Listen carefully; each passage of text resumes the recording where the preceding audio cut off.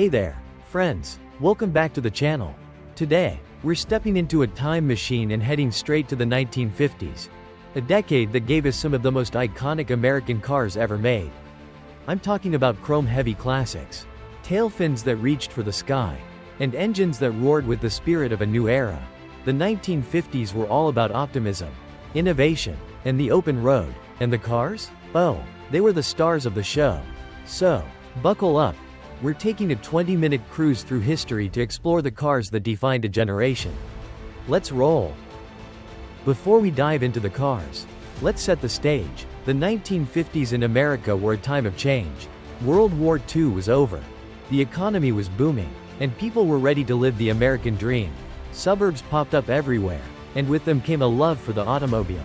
Cars weren't just a way to get around, they were a status symbol, a ticket to freedom, and a canvas for creativity. Detroit was the heart of it all, pumping out bold designs with big engines and even bigger personalities. The interstate highway system was expanding. Drive-in diners were the place to be. And car culture was king. Can you picture it? Families piling into their shiny new rides, heading to the beach or the movies, with Elvis on the radio. That's the 1950s for you. First on our list is the Chevrolet Bel Air, a car that's practically the poster child of the 1950s.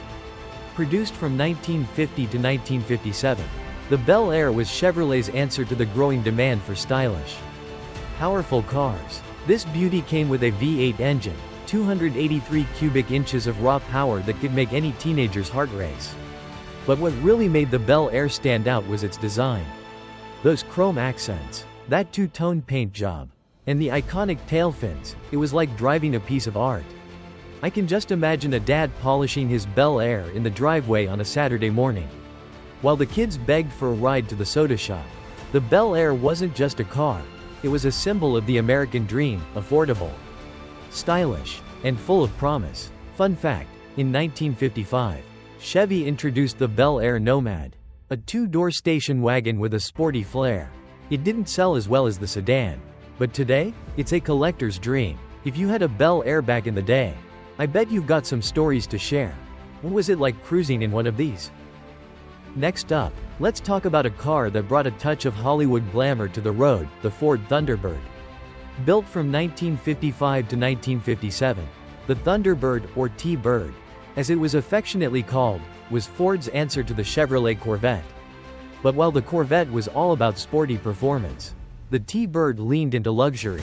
It came with a powerful V8 engine, often a 312 cubic inch Y block, and could hit speeds that made you feel like you were flying.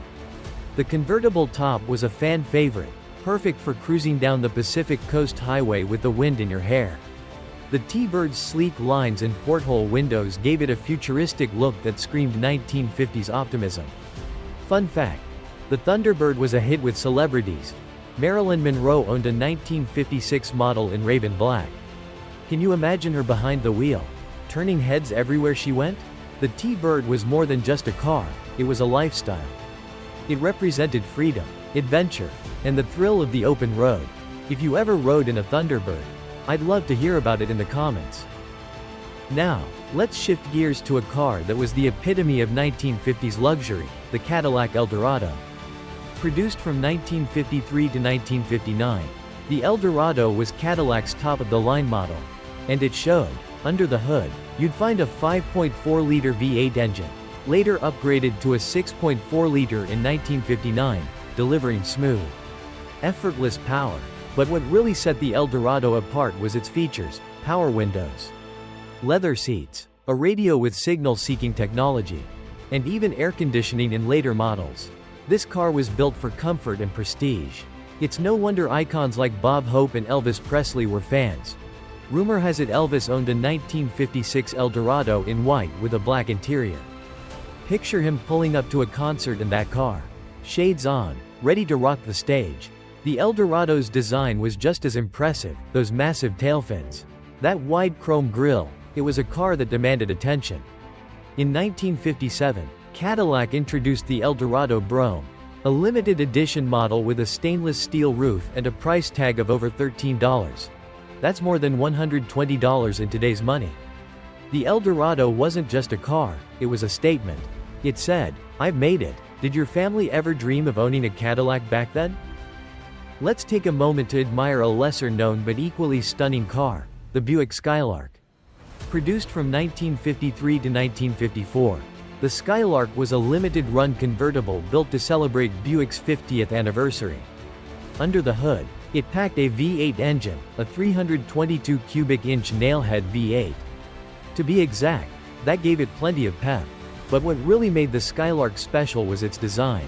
It had a low, sleek profile, with a chopped windshield and unique cut-down doors that made it look like it was ready to take flight.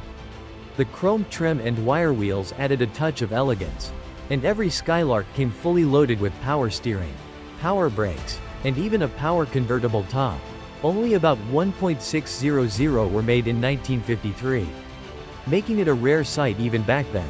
Today, the Skylark is one of the most sought-after GM cars from the 1950s. Some have sold at auction for over $200. I can just imagine a young couple taking their Skylark out for a Sunday drive. The top down, smiling ear to ear. If you've ever seen a Skylark in person, you know how special it is. What do you think of this rare beauty? Next, let's rev things up with the Chevrolet Corvette, a car that became an American legend. Launched in 1953, the Corvette was Chevy's bold attempt at a sports car. And it was unlike anything Detroit had produced before. What made it so unique?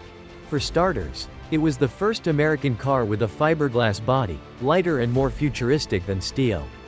Under the hood, it had an inline-six engine, nicknamed the Blue Flame, producing 150 horsepower. That might not sound like much today, but back then, it was enough to turn heads. The Corvette's sleek design, with its wraparound windshield and jet-inspired tail, made it look like something out of a sci-fi movie. Fun fact: the first Corvettes were all convertibles and came in just one color, polo white with a red interior. Only 300 were made in 1953, and they were hand-built. The Corvette wasn't an instant hit.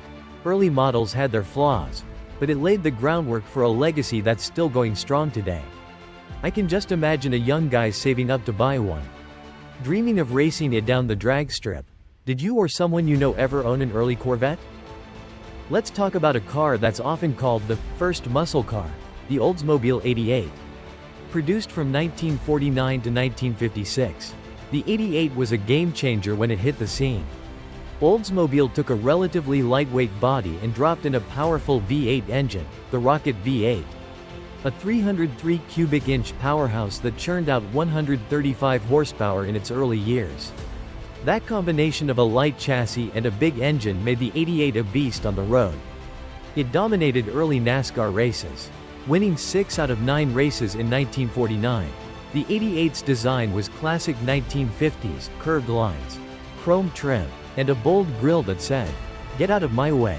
This car was a favorite among hot rodders and racers. But it was also a practical family car. I can picture a dad taking the family on a road trip in the 88. Then sneaking off to the drag strip on the weekend to show off its speed. The Oldsmobile 88 proved that you didn't have to sacrifice power for practicality. It was the best of both worlds. What memories do you have of the Rocket 88? Before we wrap up, let's take a quick detour to a car that wasn't American-made but left a huge mark on the US car scene, the Porsche 550 Spyder. Built from 1953 to 1956, this little German roadster was a racing legend. It had a 1.5-liter flat-4 engine, mounted in the middle of the car for perfect balance, and it weighed just 1.300 pounds. That made it a rocket on the racetrack. It even won the Nürburgring Eifel race. The 550 Spyder's minimalist design, with its low-slung body and open cockpit, made it look like a car built for speed. Sadly, the 550 Spyder is also infamous for being the car James Dean was driving when he tragically passed away in 1955. But its legacy lives on as one of the most iconic race cars of the 1950s. I can just imagine a young car enthusiast in the 1950s, flipping through a magazine, dreaming of owning a 550 Spyder and racing it on the track. Did this car inspire any racing dreams for you? Wow, what a ride that was! The 1950s gave us cars that weren't just modes of transportation, they were dreams on wheels. From the chrome-drenched Chevrolet Bel Air to the luxurious Cadillac Eldorado, the sporty Corvette, and the powerful Oldsmobile 88. These cars captured the spirit of a decade. They were symbols of freedom, innovation, and the American dream. I hope this journey brought back some fond memories for you, or maybe even inspired you to learn more about these classics. Which car was your favorite? Did you or your family own one of these beauties back in the day? Drop your stories in the comments.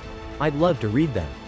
If you enjoyed this nostalgic trip, don't forget to like, subscribe, and hit that bell for more videos like this. Thanks for cruising with me. Friends, until next time, keep dreaming of the open road.